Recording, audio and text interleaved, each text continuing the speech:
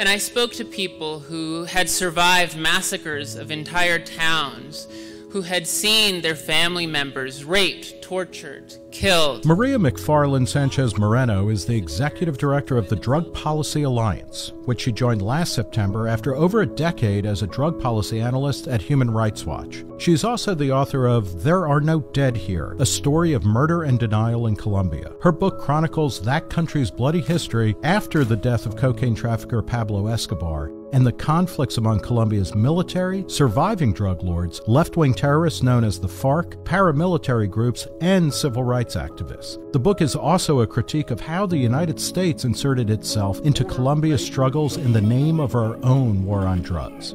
I talked to McFarland recently at Reason's New York studio.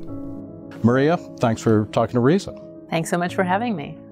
There Are No Dead Here is disturbing, arresting, riveting. Summarize the kind of plot line that you're telling and why it's important that people in America know about it. So the book starts in the late 90s when paramilitary groups were rapidly expanding all over the country. These were right-wing death squads that in theory were fighting the left-wing guerrillas of the FARC. The reality is that they were also the country's biggest drug traffickers. They had picked up the reins of where Pablo Escobar had, and the Cali cartel had left off, and many of them were former Escobar associates, in fact. People who are familiar with narcos or might know the story of the Pepes who helped to kill Pablo Escobar. Well, the paramilitaries are descendants of that. Right. The U.S. At the time was pouring billions of dollars into fighting a war on drugs in Colombia. And in many cases, that money was going to the military. And the military was working very, very closely with paramilitary groups. So ultimately, what the U.S. was doing in practice was pouring money into one side, one group of drug traffickers versus another group. And, you know, this obviously in many ways is an echo of American kind of intervention in the 1980s, a little bit further up in Central America or Latin America. What was the United States trying to gain by giving money to the military and effectively the paramilitaries? Well, the vast increase in funding came with Plan Colombia. And the idea was there to supposedly help Colombia fight drug trafficking and secure peace. And in theory, they said that they were fighting all drug traffickers. And in some cases, the U.S. was working with members of the Colombian government against paramilitary groups. At one point, they even went so far as to declare the paramilitaries a foreign terrorist organization alongside the FARC. And there were efforts to extradite some of their leaders. But in practice, it was very clear that there were Colombian military units who were working with the paramilitaries. The U.S. knew that because groups like Human Rights Watch, where I used to work, were telling the U.S. this. It was very clear. And they were just turning a blind eye to that in many cases because, frankly, I don't know. They were very committed to this policy. They were very committed to certain political leaders in Colombia. And I think it just became too difficult to deal with the implications of what was happening there. And I mean, part of it, I guess, was with Plan Colombia, you know, and this was a Clinton era or a Bill Clinton administration initiative that was widely supported by everybody. And then it moved into the Bush era as well. But the idea that Colombia, and particularly under Escobar, it was something like 80% or more of the cocaine that was coming into America, he was bringing directly. So if we fix Colombia, then we fix America's cocaine problem. Right. I mean, the whole premise of the war on drugs has always been that if you focus on the supply side, then you'll solve all the U.S.'s problems with problematic drug use, and that's simply not true. We've been dealing with the war on drugs for, 6 decades now? And drug use fluctuates, but it's never really gone down significantly. And certainly the attempt to kind of tighten down or nail down the supply, deplete it, never seems to work, or it doesn't show up in the price on the street of anything. So how, the idea being that if we were able to stop cocaine production in Colombia, the price in the U.S. would go up, the street price, and fewer people would use it, or at least we would know that interdiction was working. Are there ways in which, and before we talk about the effects in Colombia, which is really the heart of the book, and it, like I said, I mean, it's horrifying and impossible to turn away from. What is your kind of evaluation of Plan Colombia? Was it a complete failure? Is it a partial failure? What comes out of that?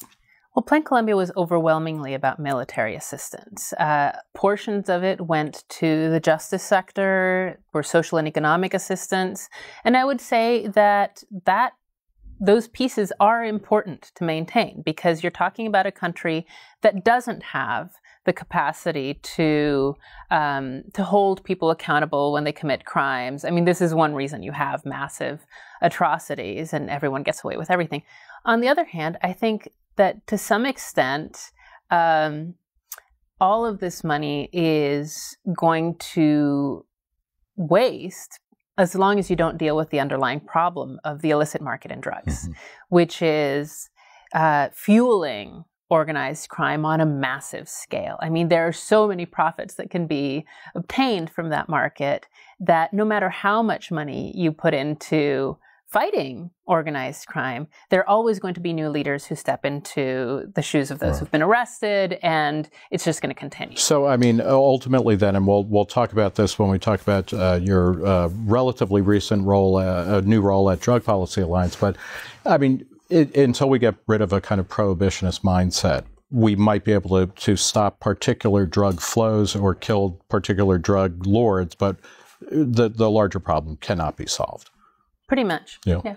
So in terms of Colombia, I mean, you focus on a number of figures who are pretty heroic. Talk about, one or two of those and why you focus on them, and what are the lessons that we can learn from, in many cases, their tragic ends. Yeah. So the first main character is a man called Jesus Maria Valle, who in the late 90s was a human rights activist in Medellin and in Antioquia generally. He was from a rural area near Medellin, and he started hearing reports from the people in his home region about paramilitaries going in there and killing people, ordinary people, accusing them of being FARC guerrillas, and trying to take over control of the area. He also started hearing that they were working closely with members of the military. So he began speaking out when nobody else was doing so. And he would go to the governor, he would go to the head of the army in Antioquia, the region.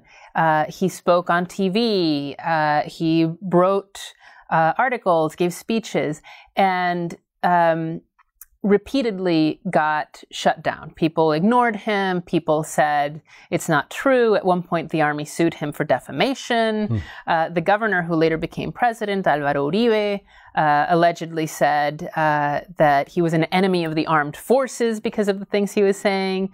So Valle was left alone with these allegations. And there was a horrifying massacre that happened in 1997 in October called the Massacre of El Aro, in which paramilitaries went into a town, killed 17 people, including children, tortured. It was vicious, and then drove everybody else out of the town.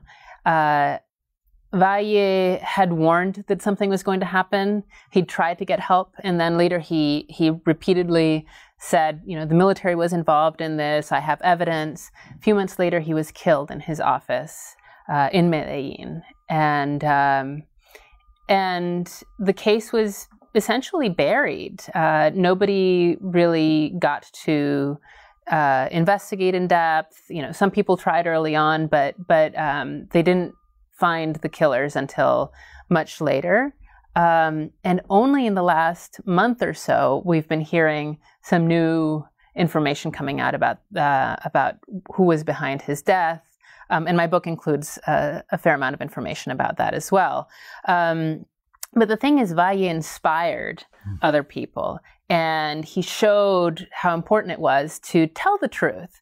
And other people then picked up where he left off. And one of those other people was Ivan Velázquez, a friend of his who was chief prosecutor for Antioquia at the time. He tried to conduct investigations of the paramilitaries, and 11 of his investigators in the course of 1 year got killed for those investigations. They, at one point, found all of the accounting records of the paramilitaries. They started tracing those records to prominent people in the region.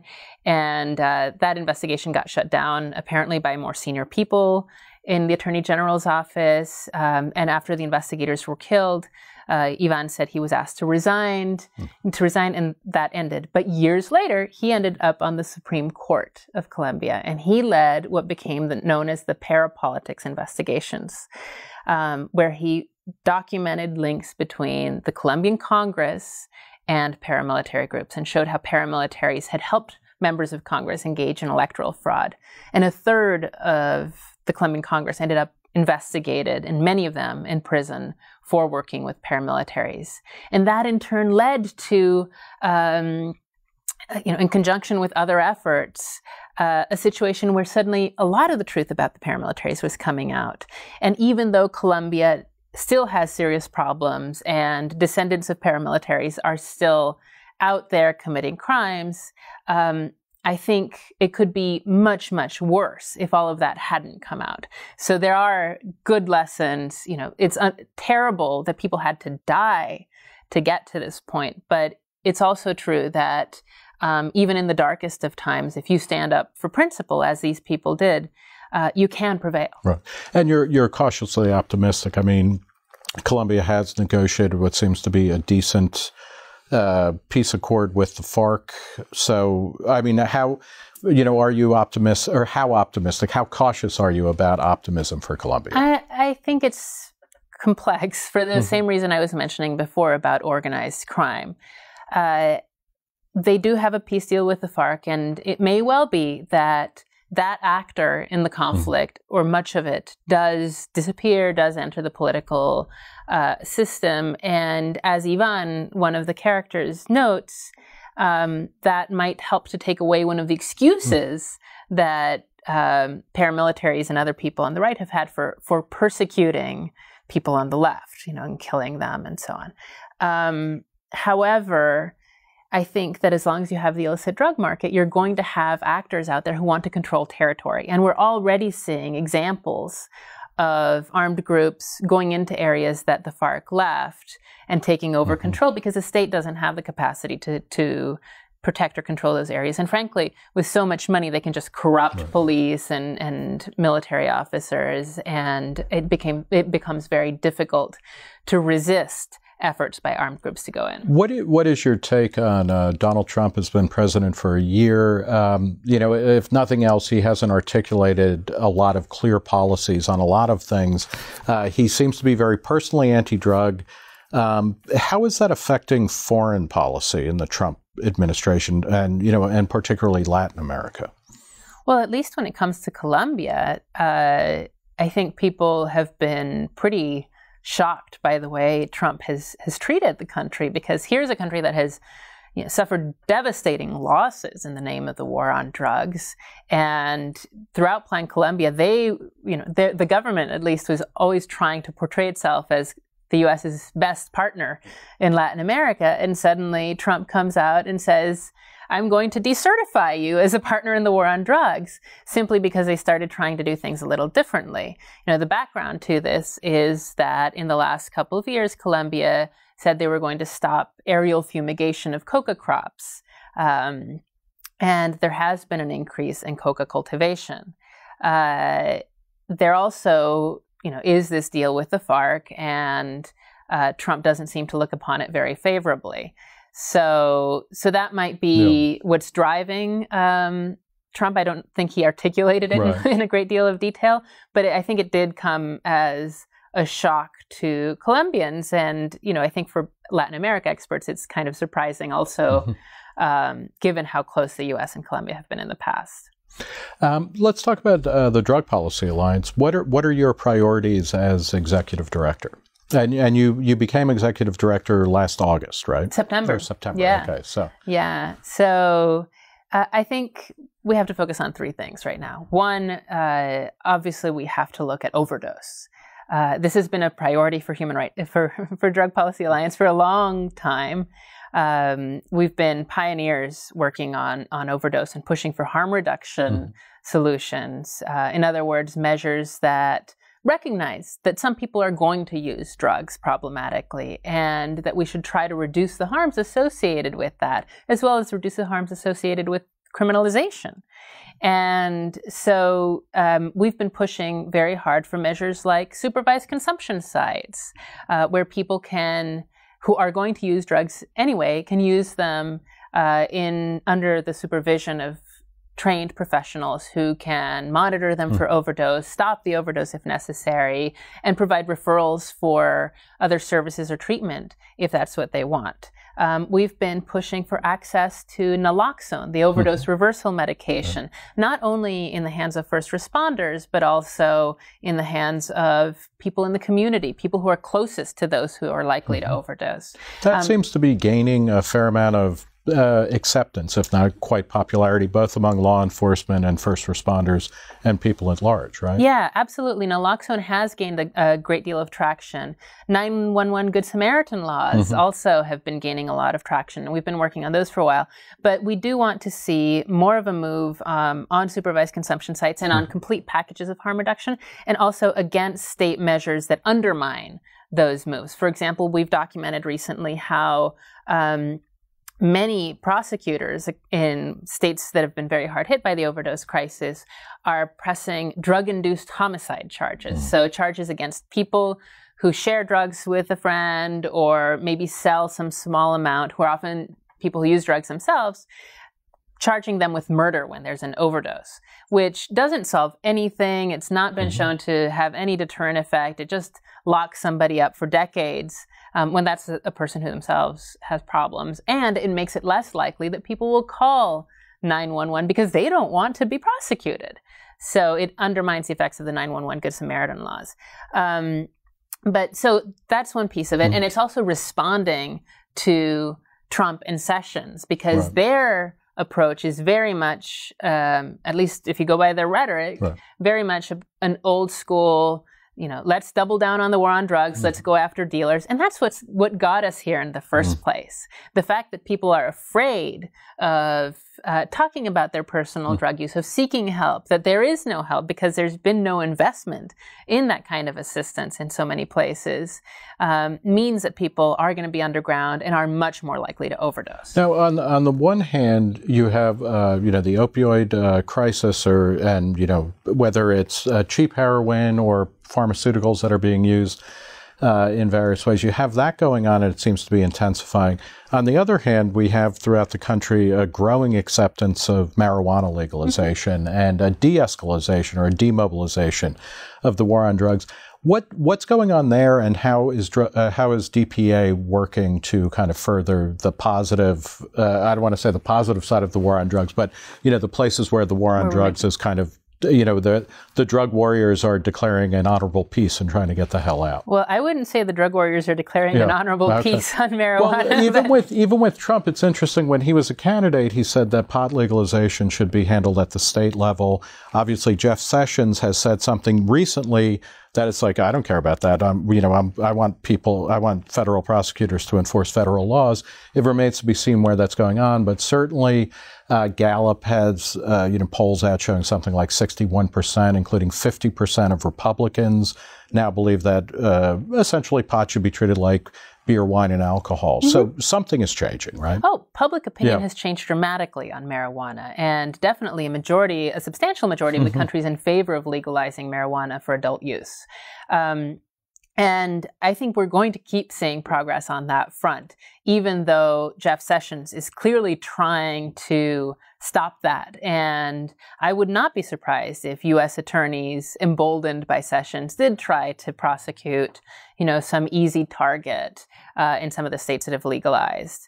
I would not underestimate the aggressiveness in the Department of Justice now. But I don't think they're going to stop the progress. And that's why you saw suddenly, even after Sessions' rescission of the Cold Memo, you saw Vermont come out and legalize. And you're going to keep seeing other states legalize medical marijuana and legalize marijuana itself. Now, beyond that, we're trying to do two things. One is make sure that marijuana legalization is done more the way it was done in California. So with provisions, for example, for record expungement, to right the wrongs of the war on drugs, to make sure that the communities that have been most affected by marijuana prohibition also have access to the market and are not just excluded by, the big companies that come in. That would be a horrible thing, isn't it? During prohibition periods, you focus a lot of the violence and a lot of the activity in poor neighborhoods or inner city neighborhoods, and then when it becomes legal, you kind of cut them out of the possible profits. Right. So many people, look, white and black and brown people all use drugs at exactly the same rates. That's including marijuana. And yet black and brown people are arrested at many times the rate of white people. And that's a reflection of where police have put their resources. They've targeted certain communities. And it's great if you can decriminalize marijuana or legalize marijuana and no longer enforce in those states. But then you need to fix all of those records of people who are now walking around with convictions and can't get jobs, can't get housing, have a series of problems because of those records. And you have to give them access to the market to start making amends for all of the wrongs that were done.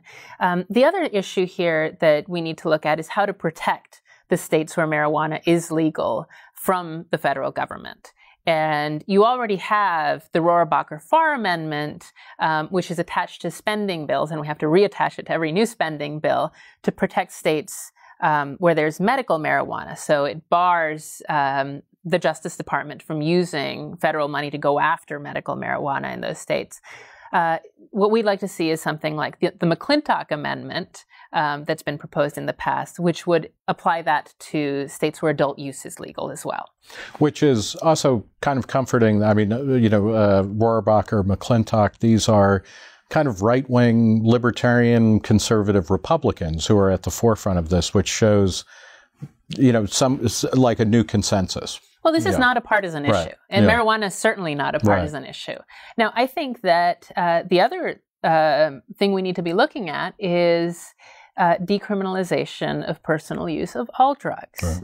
I think that there's an opening now, both because of marijuana legalization, but also because of what people are seeing with the overdose crisis. Explain, I understand it, but I want to make sure that, our audience does, and that I fully do, the difference between decriminalization and legalization in this context for all drugs. So when you're talking about decriminalizing, you're just talking about personal use and possession. So you're saying that people who have drugs for personal use, which is typically defined as not having too many drugs, right? So it's a personal stash. You can define it by different standards, by looking at intent. For some people set threshold limits. There are different ways of defining it, but basically, people who have drugs for personal use should not be arrested for possessing or using those drugs.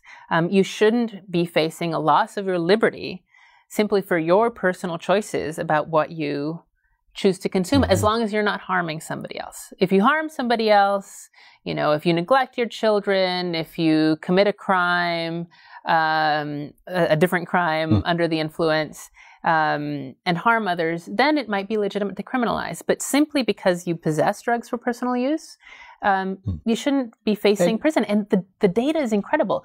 Possession for personal use is the single most arrested offense in the country. We're talking about 1.25 million arrests for simple drug possession every year. That's hundreds of thousands of people in prison. That's millions, more than over a million time, people. But on any given day, 135,000 are behind bars for that. And you think, I was going to ask, what are the lessons from the, increasingly successful campaign to kind of normalize and legalize marijuana use, this is one of the lessons that can be learned, is that if you start with decriminalization of certain types of drugs, people will understand that this isn't going to lead to massive amounts of use, but it will minimize a lot of the harms that are associated with drug prohibition. Yeah, I mean, it's different from marijuana legalization, where in marijuana legalization, you're talking about legalizing the distribution, the sales, the production, all of that. It's a much bigger step. And I don't think the U.S. is in a place yet where you're going to see any state go in that direction with other drugs. But I think decriminalizing personal use could do a tremendous amount of good.